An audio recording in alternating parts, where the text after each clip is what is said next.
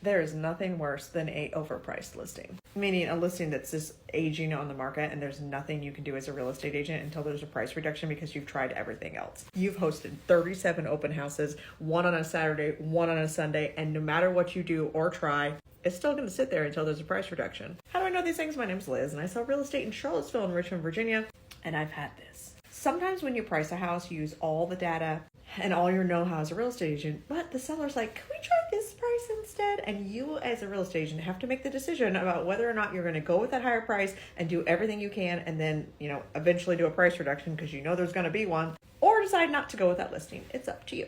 Now, if you take said listing, I need you to just set the proper expectations in the beginning.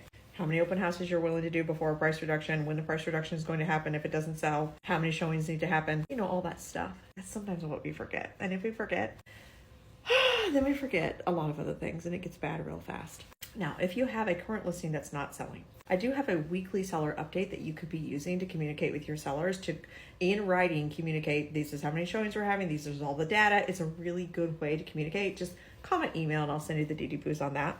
Any hoodles. Who else has had an overpriced listing? And what'd you do about it to get it sold?